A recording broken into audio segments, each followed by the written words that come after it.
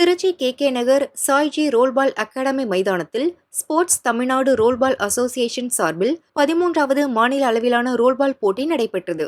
2 நாட்கள் நடைபெற்ற போட்டியில் சென்னை, கோவை, வேலூர் உள்ளிட்ட 30 மாவட்டங்களைச் சேர்ந்த அணிகள் ஆர்வமுடன் பங்கேற்றனர்.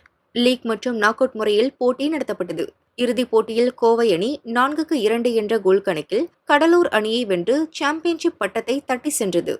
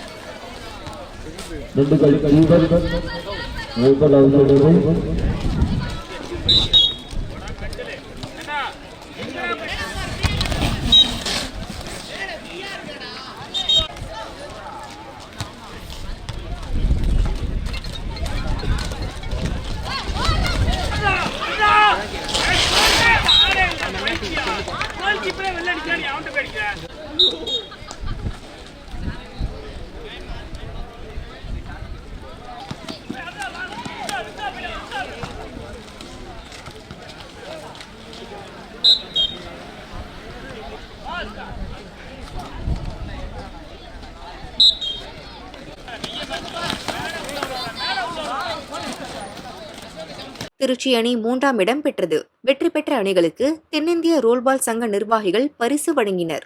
வெற்றி பெற்ற வீரர்களுக்கு சுழற்கோப்பை, சான்று மற்றும் மெடல் வழங்கப்பட்டது.